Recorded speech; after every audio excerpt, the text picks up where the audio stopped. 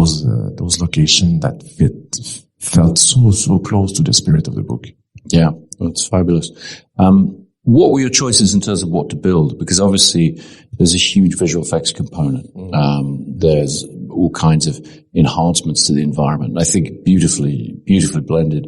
What's your process of deciding what to build? And what were the biggest sets that you built? The biggest one was probably, there's two. There's like the palace, the residency. We built like a massive corridor, so maybe 30 feet high, and it was like, we took the old stage, that, I remember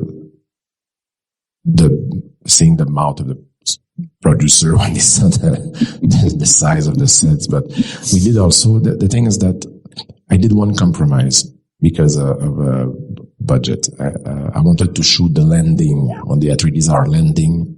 I wanted to shoot that in the desert in Jordan, but it was too expensive. So we built a tarmac in Hungary, like the size of 2 football fields, and surrounded by sand screens around. And that was probably the biggest. It sounds silly to say, but that tarmac was huge. I mean, that was like that to create a scale, to have the distance with the extra, to have the proper scope. How did you get the light? The sense of heat and sun there is amazing in that scene. That's the thing. We were very lucky with climate in Jordan. We had those beautiful white skies, blow-up skies with a lot of wind, strong winds, and little sandstorm. I was like, the gods of cinema were with us, and I was so happy. And we were able to shoot, come back on schedule. We were heroes. Then we got punished because we landed in Hungary, and then it started to rain nonstop. So it was like something you cannot have on Arrakis. So yes, that was like the plan didn't work that well, frankly.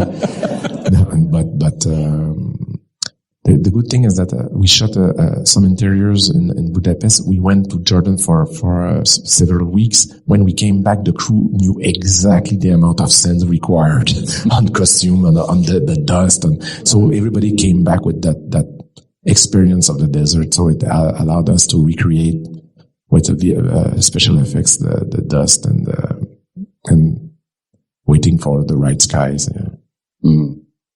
So even the light, as the doors open and that bright line, is that just overexposing the yes. It's phenomenal. And a lot of dust. I mean, a lot of dust and a lot of propellers. There's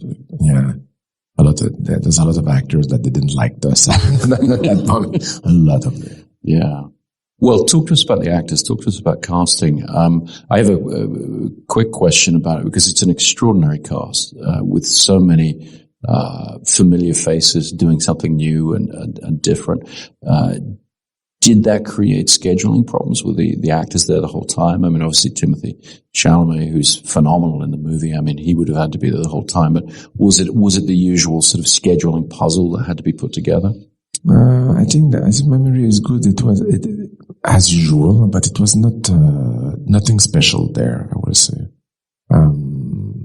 Because there was like blocks, you had the Jordan blocks where you had Zendaya and Javi Bardem, but I think the main problem was Oscar Isaac that was not able to come to Jordan with us, so I had to find the usual strategies to shoot him in Hungary. Yeah, I think the only problem we had with the Oscar schedule, but for the rest of the people, I think it went quite well. It was a long shoot, so it allowed to, yeah. And how did you choose your cast? How did you go about taking what had been in your head for so long, Frank Herbert's words on the page? You must have had very fixed ideas about those characters. I mean, even more than we usually have from screenplay. You must have had really specific things. Yeah. The biggest challenge for me in this movie was to try to be able to please the teenager I was. Because I was totalitarian. I was really pretentious, ambitious. When I was a teenager, I was dreaming big, and to try to you understand what I mean? It's such an old dream. I remember talking with Hans Zimmer, talking about, at the beginning, and he said, is it dangerous that we try to bring to life such an old dream? Will we face necessary disappointment? It's like disappoint ourselves, or that was a big challenge, is to try to not disappoint ourselves. Yeah. I'm a bit, about casting it, the same. I mean, Timothée imposed himself. You work with Timothée.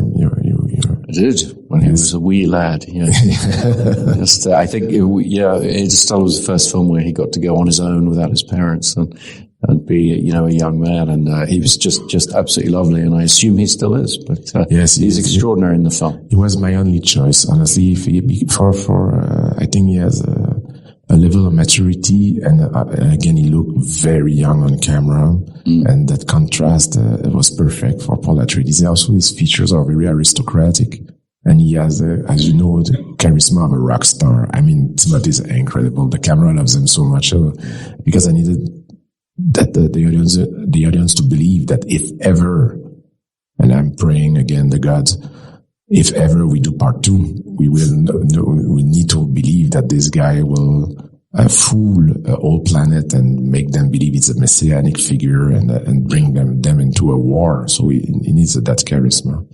Well, he's only 15 in the book, I seem to remember. And he bridges that age very, very nicely.